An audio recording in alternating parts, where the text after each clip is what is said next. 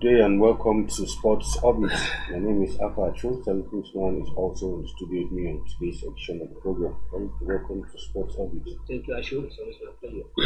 Alright, on today's edition of the program, we begin straight from the National Youth Games holding in Delta, which draws to a close today. But as it stands, Team Delta has emerged champions of the 8th National Youth Games after extending its lead on the medal table. Because as of the last count, Team Delta had 42 gold, 14 silver, and 19 bronze medals, while Team Lagos currently second, while Edo is in third place. Of course, the games come to a close later on today, and for the permanent time since the inception of the games in 2016, Team Delta has won all editions of the game. I think that speaks to how the state has taken sports development seriously when it comes to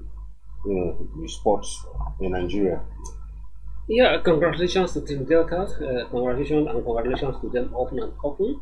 And when you talk of sport in this country, you can't take it away from Deltas, and there has been consistent performance. And just like you say, since the initiation of the game in 2016, starting from Abuja here, when the first edition was held, Team Deltas has always been on the forefront, winning all every edition of the game. Not just the youth game, even though the National Sports Festival, if you look at the National Sports Festival, even at the last four editions are also being won by the same Team Delta. So in terms of investment, the only state you can confidently say Delta has always been ahead of other states, and that is why they are consistent in even hosting the national youth game back to back. Before now it was. After the first edition held in Abuja, the investor of Ilori offered to hold the next edition of the game, in which they pulled it consistently, the University of Ilori, and after that the University of Ilori. The last edition that was also held by the Delta State, that was last edition that was held by Delta State, was off to have been hosted by Kano State. Kano State was awarded the hosting right to hold that game, but at the last minute, Kano State could not put their instructions, could not put their facility in place to hold a youth game. So Delta has to come in. So what am I trying to say? That I think it is right time. Yes, some even within the South, some states that you expected them to also do well in the sport development, they are not taking a good cue from the Delta State. If what Delta State is investing in sport, if, for instance, other states is investing half of such commitment, half of such focus to the sport, I think Nigeria would have been better for sport development in this country. The results are there to see. If you look at the Nigeria contingents to every national game, for instance, like the last Olympic, look at the Nigerian contingent in athletic particular, they are always dominated by athletes from the Delta State. And sometimes you see some states crying foul that Deltas are pushing athletes here and there. How are they pushing athletes? Just like for instance, just like the way it's being done, just like in the football, in the Premier League, in football, when we see most of our African players moving to Europe. Why are they moving to Europe? They are moving to Europe when they feel the enabling environment is there for them to succeed. So most of athletes that are moving to Delta, they are not just moving to Delta. Some people can say that they are moving because of not just money. You are moving to where the state has already so commitment and provided a enabling environment for you to develop your talent. But sometimes other states are just saying that Delta are using money to post. They are not just using money to post athletes. Athletes are just going in their interest to progress. So congratulations to Team Delta, and it led, I think, the other states, particularly the northern state. If you look at the medal table, if you look at the medal table, Delta, Lagos, Edo, Ondo, it's all south. Before in the top 10, probably in the top 10, I think the Plateau and Abuja that will come close. So northern states need to invest in sport development, and this even in the current insecurity situation where ravaging the north, sport offer a veritable opportunity for northern governors to fight insecurity in the state, and even in terms of enabling, in terms of even the opportunities and the fertile ground, northern state has a fertile ground to develop sport compared to the state in the south, who are almost waterlogged. But the governors in the northern state are all have just a leaf or not even paying anything at all to support development. For instance, in this particular game, a particular athlete, one Muna, Waranga, who competed, only single athlete represented Gombe State in this particular competition that will be ended today. Only one athlete and a gymnast, and that athlete was sponsored by her parents. Was single-handed, not sponsored by a Gombe State government, was sponsored by her parents to go and represent Gombe State. And by her that athlete won gold medal in gymnastics, won 3 gold medal for Gombe State. Now the governor is coming out to congratulate the athlete. So I think it is before the Northern State government need to keep into sport development. So congratulate for that. Let's move on from that down to, of course, the Flying Eagles camp, where, of course, during the week, reports emerged that that camp has been besieged by government officials, academy owners, agents who are trying to, bring their own players to the camp, and from what we are hearing, has caused a lot of confusion, even to the coaches' selection problems and all of that. Of course, it started in the week like a rumor, but of course, a sister media organization can authoritatively confirm that this is actually the case at the Flying Eagles camp right here in Abuja. Well, yeah, to me, there's nothing new about it. It has always been the tradition. It has always been the issue. And I was expecting that the new coach, Salihu from who is currently the coach of the NYG Warriors, will do something different from his predecessor. But unfortunately, he's taking the same line that his predecessor has also done. And when I even look at the list of the players that were also invited to the camp, I look at the list. I was sure I said, well, are we truly serious in this country? Because in a situation where we have the players, the same set of players, yes, they can be still within the same set of players who play under Ladamboso, the same players who play under 20 4-6 years ago are still within the range of under 20 to still play, to still be invited to the camp this time. So, and just like to say, and this morning they said they were to play a friendly match with the usual what FC Academic in Abuja to play friendly match. These are the same if you look at it, go straight your mind back.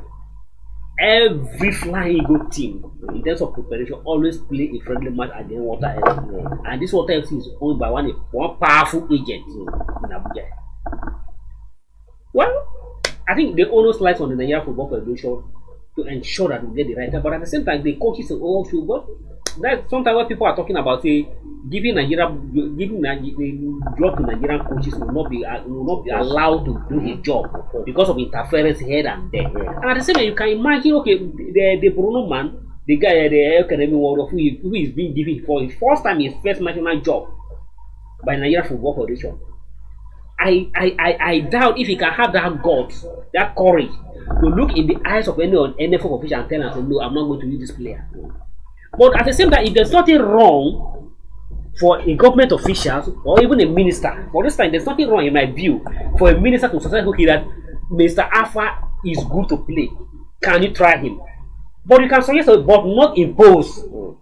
That is the only issue we have. That's the only issue. Yes, government official, any agent can say, okay, we have a player, can you try this player? But not impose you to such a player. But when you impose on the player, that will become a problem.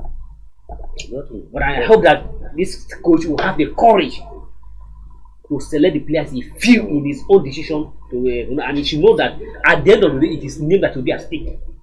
If the team succeed, it's about him, and if they fail, it is his turn. Nobody will come to tell us they impose player for. Ladam Bodo could not qualify us for the African Cup of Nations or the Nations Cup. Now we say Ladam, everybody is starting Ladam as a failure coach. So nobody remember the agent or any official that he put players on him again. So the current coach must take a cue, they must ensure that he has a name to protect. Alright, moving on from that, but still staying local. The NPFL has cautioned a Premier League clause against a match disruption because the league organizers started that stiff penalties await clubs caught in the act of disrupting matches. Of course, this has been a recurring problem in the league, and they keep saying stiff penalties, but we wonder what that will be this time. Situations where adequate security is not provided, fans encroaching on the pitch, to disrupt matches when sometimes it's not going in their favor. And of course, the MPFL once again has threatened to come down hard, but I mean, several times they've made these threats, but most times it's always usually maybe a small fine of 1,500,000 naira, and no, but once again they are sounding a warning again to MPFL teams against disruption of matches. Sometimes this is my personal. I sympathize with NBFL, the league body, the organizer. Even as they wish to have absolute control and ensure that the right things will come. But if you look at the environment we operate, they are also constrained to do certain things. If they have to do certain things and to ensure that the right things will be the right thing people to ensure that we have play a match in a event that is fully secure.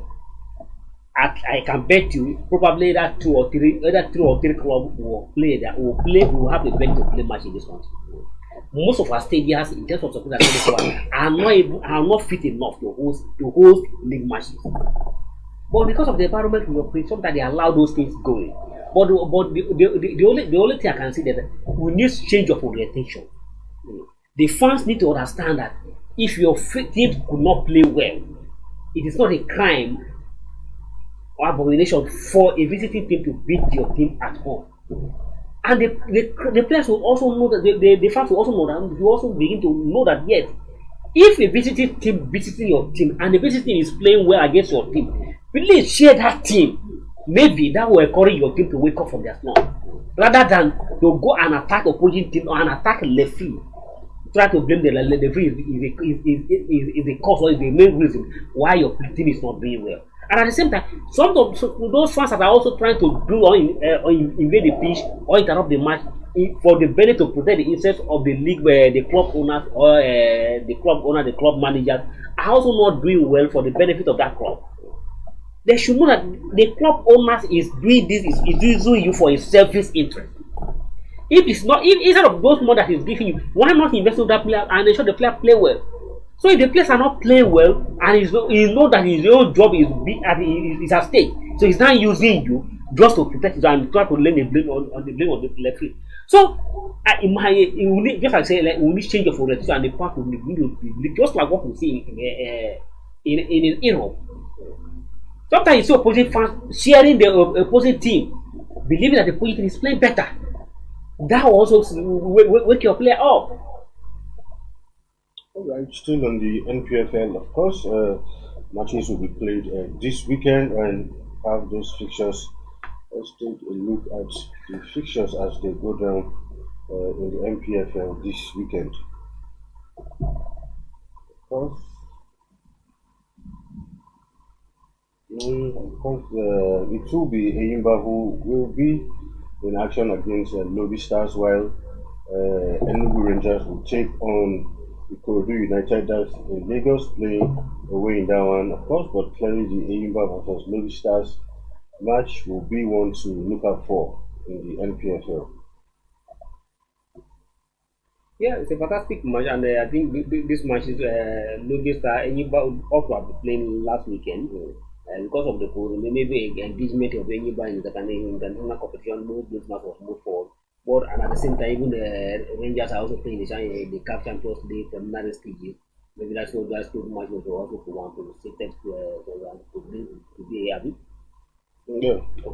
So if let's look at this game, and any bus has always a team a force to reckon with, and the Ikorodu United who are just bounced back to they were ahead before, now they are bounced back to the Premier League, and they are now facing the defending champion. So they have everything to show that their progression to the Premier League was not just a plan to ensure that now that they are back again, they are now come back fully, not just to come and take the Premier League and go back to where they come from again. Of course, moving on from that, now of course, okay, other fixtures here: Heartland versus Katsina United, while Lobby Stars will host Rivers United. I think okay, that fixture should come in new week. That's Lobby Stars versus Eyimba. Kano Pillars against Remo Stars, Kwara United, Ikorodu United, Nassau United will take on El Kanemi, while Plateau United will host Niger Tornadoes. And The other match will see Abia Warriors take a trip to Akure where they take on Sunshine Stars. Probably the interesting game for me in this fixture is the Heartland and versus Katsina United. You know, Heartland have played 3 games so far under their new managers, former Nigeria international, former Golden England coach, World Cup winning coach, former Tanzania coach, former Jesco United of Zambia coach, and the one that everybody was looking for to come and be the national team coach, Emmanuel Muneke. But so far, 3 matches going, and they are yet to have they are yet to record a point. They have lost all to 2 matches so far, and I hope Emmanuel Muneke, who is trying to still testing the ground and trying to find his bearing within the local scene, will now be able to have a result against the Katsina United in this match before, and probably beginning to halt the consistent defeat streak. So Katsina United. I don't think the losses show how whether it's a bad coach. We all know how Heartland got into this NPFL. They are clearly relegated. Shows that Heartland has been a poor side. We all know how they got into this NPFL as a result of the feeder team of Remo Stars. The NPFL clearly said, of course, a team owned by 2 teams cannot both be in the NPFL, and they have to give up that slot for Heartland. So for Heartland to be doing well, it surely confirms that they deserve to be relegated. And sometimes a coach is only as good as the materials you have. So, I mean, like I said, we know how Heartland got into the NPFL. So, for me, it's no surprise that they are struggling, because there's a reason why they got relegated. Yeah, they are struggling. There's a reason why they get relegated, and there's also a reason why they bring Emmanuel Amuneke. They bring Amuneke knowing that the team was not good, and now bring that they have now bring somebody who have the requisite knowledge on how to turn the team around. So the onus is on him to change the situation. Like I said, it depends on the materials at disposal. That's another thing. Yeah, you are saying depend on the materials. Yes, he is now being employed as the coach of the team. So either the material is good or the material is wrong. It's not left for him to ensure that the material work. And if he need more player, he needs to begin to look on to buy player. He can't sit there and say, okay, because the team was relegated, they were not good enough, and to continue that. Yes, his employee know that the team was not good and they got relegated, and in order to avoid a repeat of such a career, that's why they're bringing him a tested coach to come and manage the team. So the onus lies on him to turn around the situation. Anyway, we all know Carlo Ancelotti was at Everton, and we know what happened. But back at Madrid now, we still know what's happened. So anyway, let's move on. If you look at Carlo Ancelotti performance at Everton, was not bad. You can go and check the record. No, but Ancelotti was doing well with Everton. But so when he left Everton was still in the middle table. So there are some coaches that you bring to some teams. If you take a Guardiola to a Brighton, for instance, I don't think a Brighton will win the league or will finish in the top 4. I'm not saying Atlanta should win the league. I know. I understand. So what I'm trying to say is that even though, for instance, if you look at the PF, look at the new club that was just promoted, Ipswich, that was just promoted into the Premier League. If Ipswich now decided to hire Mourinho or decided to hire Guardiola, they bring Guardiola in a sense that they bring, hoping that they're not bringing him with the task to come and win the league, but they are bringing a tested knowledge coach to be able to position the team to compete. I understand. So, the point I'm trying to make is sometimes for some teams, no matter how good a coach is, like I said, if you don't have the material, sometimes you might still end up struggling. Emmanuel, his name is at stake. So let's move on from that. Of course, where CAF president has really criticized Ghana and other countries for not being able to have not even a stadium to hold any CAF event, be it the CAF Champions League Confederations Cup or AFCON qualifiers. And this has been a recurrent issue in so many countries where some of these countries end up to go to other countries, neighboring countries, to play both their home games. And like you said, clearly, I mean, it's really a terrible situation where a whole country, and Ghana, for instance, a football powers in Africa will not even have one CAF approved stadium to host their home matches. I think I thumbs up for Peter Masepi for coming up loud and speak straight to hit on the nail and speak straightly to the administration in Africa. Nigerians officials should not also laugh against Ghana. We should have also fall into this category, if not thanks to the Akwa State government that ensure that they maintain that Gulf Akpabio Stadium. If not, Nigeria would have also fallen into category of not be able to host our national match in Nigeria, because most of the stadiums in Nigeria are also unplayable, except the Gulf Akpabio National Stadium at the moment. So, and just like it is really a shame and embarrassment for a sovereign nation, a country that prime itself as a football nation.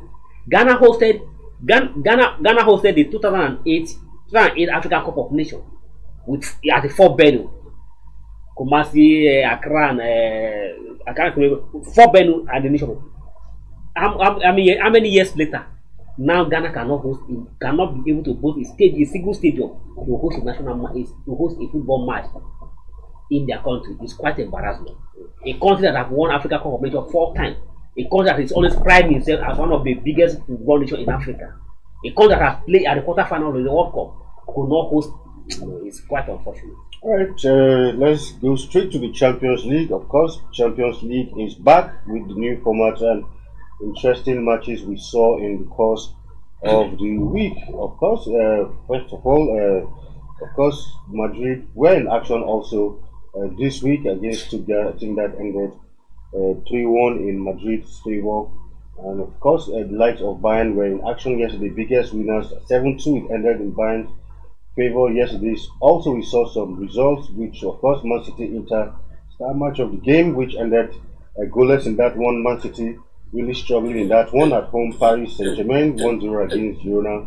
Dortmund 3-0 away to Club Brugge, while Celtic 5-1 over Bratislava, while Sparta Praha 3-0 over Salzburg, and Bologna Shakhtar all 0-0. Honestly, I must admit I'm not too impressed with this new arrangement of the Champions League. It looks very clumsy, and the kind of result we are seeing is because of the I'll use that word here, because of the greediness of UEFA to expand the competition and to expand their resources. Now we are seeing the club beating 5-0, 5-0, 7-0 in the Champions League. Now today we are going to see some club playing on Thursday, which is supposed to be in Europa League. So I didn't know what I understand, but that did not actually not diminish the game, and you see fantastic game. Just like you see yesterday, I thumbs up for Inter Milan for holding the Premier League champion Man City against all on their home ground to 0-0 draw. So today we are going to see a fantastic game. Arsenal against Europa League champion Atlanta and our old man. Some people have already begin to tag him as Africa Player of the Year elect, hoping that he's going to win the Africa Player of the Year, and he's looking at being the only Africa on the Ballon d'Or nomination. Clearly show that if justice to be done, Lukman should be both as Africa Football of the Year this year. So he's also talking talk that yes, they are ready for Arsenal, and for Arsenal it's a game that Arsenal must start well against Atlanta, and at the same time Arsenal is going to Atlanta with another mind back home. They have a very important clash on Sunday against Man City, and already Arsenal has already dropped 2 points. One Man City are yet to drop a point, so 2 points already. And if they so Arteta will definitely have his mind back home against the Man against City to ensure that they don't lose against Man. Because they lose against Man, that will be automatically 5 points drop. So it's going to be and how Atlanta Arteta is going to manage this situation. Not forgetting that their captain is completely out of this game, and even on Sunday the game on Monday. So it's a very dicey one for Arsenal, and we hope that Arteta and his boys will be able to overcome the situation. Monaco Barcelona is also another interesting game to watch out, but on the clearly Barcelona have everything to come out top on this game. All right, let's quickly look at the EPL fixtures for this week match. 5 EPL fixtures, of course. To starting off will be Man City, who will host Arsenal in that one. Clearly, the star match of the weekend in that one. Of course, like you rightly said, of course, Man City too Kevin De Bruyne looks like a doubt for that one after picking up a knock last night in that Champions League. But Odegaard completely out of that one. Big miss for Arsenal, if you ask me, going into that fixture. Yeah.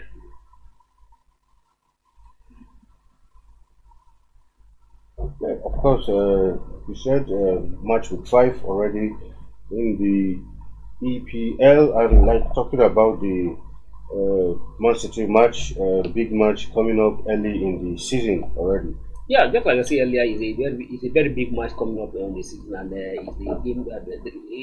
Some people may say that it's too early, but this is how the Premier League are won and Premier League are already are lose.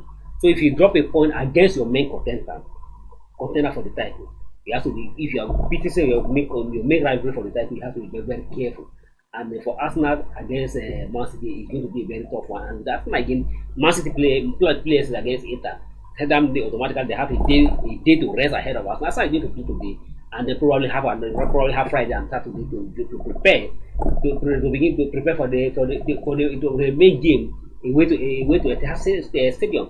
So, but and Arsenal is having issues, and just like you also say, Kevin De Bruyne, their own captain may also be missed. That means the two captain of the captain of the two sides will be out of the game. But we are yet to see the final outcome of the examination on Kevin De Bruyne that is going to be out of the match completely. We can't confirm that. But for Arsenal, for the guy is completely known that he's going to be out of the game, and Arteta playing and starting the Champions League today again at Atalanta.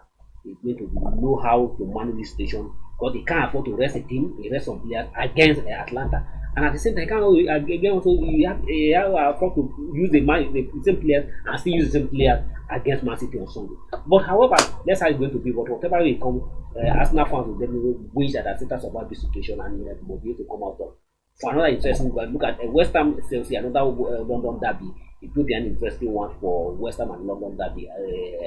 Chelsea at the London derby, hoping that Chelsea will be able to have an edge against the city rivals.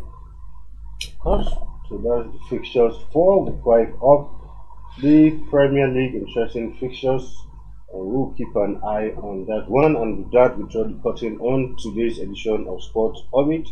Hopefully, we'll be back next week with another exciting edition where we'll give you a review and keep you up to date with happenings across the sports world.